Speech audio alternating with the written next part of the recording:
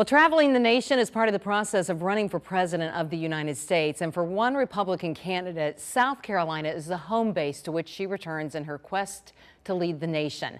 Focused on February 24th of next year, when voters will go to the polls for the 2024 South Carolina Republican presidential primary, is former South Carolina Governor Nikki Haley, more recently the former ambassador to the United Nations.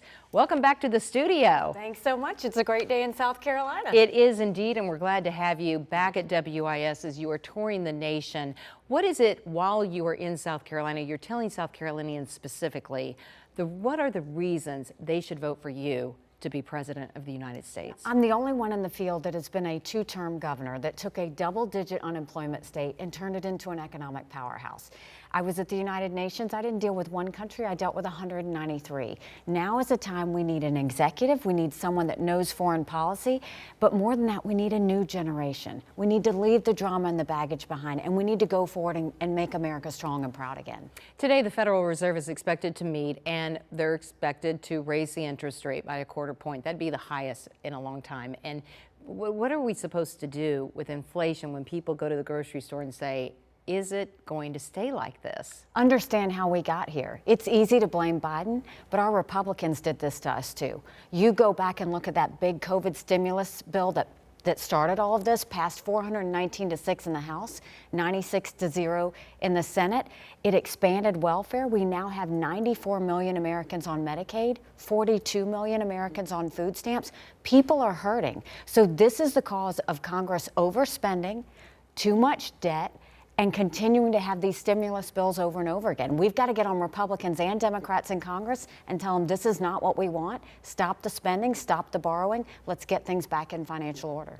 One tactic on the Republican side against President Joe Biden is pointing out his age.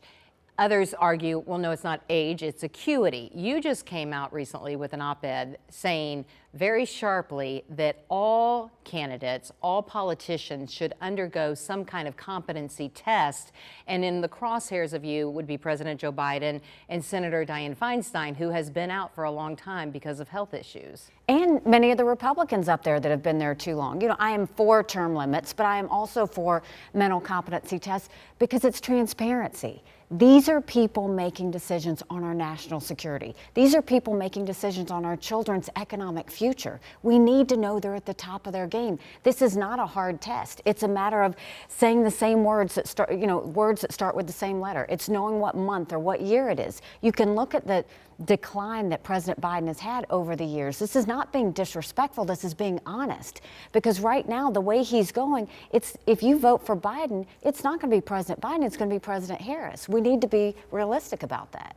You were the leader of South Carolina in 2015 when the tragedy happened on June 15th at Mother Emanuel AME Church in Charleston. 9 parishioners killed there. You called for the Confederate flag to be taken down from flying on the State House grounds. A month later, it was.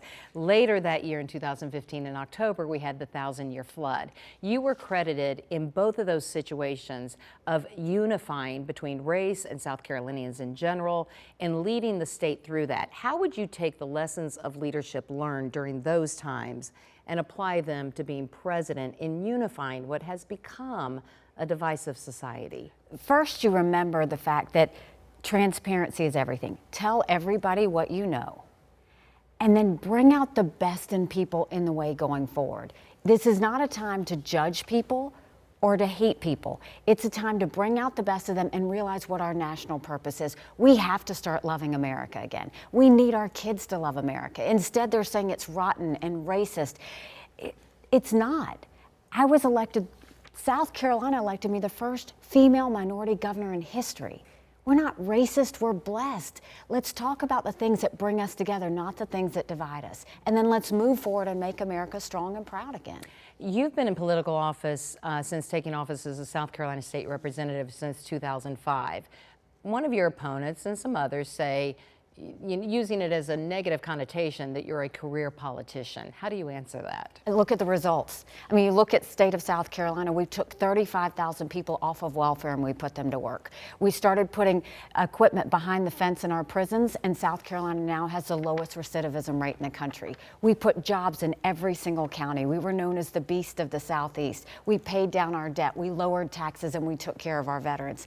Everything I've done, I've got results to show for it. It's not what I say, it's what I do. You look at the UN, we took the kick me sign off of our backs and we were respected again.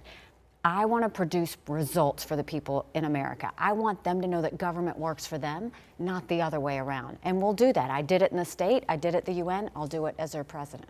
As of this date of this recording, 4 other Republican candidates have announced they're running for president in alphabetical order: Larry Elder, Asa Hutchinson, Vivek Ramaswamy, and Donald Trump. Of those in that group, who are you most like and who are you least like? I don't know them very much. You know, I obviously know President Trump because I worked with him and we had a great working relationship. So from the policies, you know, many of the policies he passed as president I agree with and we're good. But, you know, none of them ever had the executive experience of being a governor and the foreign policy experience at the same time. I think my experience and the results speak for themselves. I'm out there trying to fight for every person. And the reason I'm running is my parents came here 50 years ago to an America that was strong and proud and full of opportunities. I want to prove to them they made a good decision. I'm doing this for my husband who deployed in Afghanistan, for him and his brothers, military brothers and sisters, to show them their sacrifice meant something. We do love our country. Our freedoms do matter. I'm doing this for my daughter because she just got married and I see how hard it is for her and her husband to buy a home. And now, after I've raised her to have a good credit rating, Biden's hitting her for that too. I'm doing this for my son because he's a junior in college and I see him writing papers of things he doesn't believe in just to get an A. That's not us. For the first time in history, 78% of Americans don't think their children will have as good of a life as they did. I'm not okay with that. That's why I'm determined to make a difference in this. We mentioned Donald Trump. You are running against him as your former boss from when you were U.S. ambassador to the UN. And then Senator Tim Scott says by May 22nd, he's going to announce a major announcement. We're assuming that he is running for president as well. So, and you had appointed him to office in 2012 to be U.S. Senator for South Carolina. So knowing that, people you have worked with before, how does that play out on the campaign trail, competing then against them? Yeah, I called President Trump before I ran. 1, because out of respect, he gave me the job, and 2, because I wanted him to know how determined I was to win this. And I told him it was time for a new generation, that we had to put the drama behind us. And, you know, so he knows who I am. He knows if you kick, I kick back harder.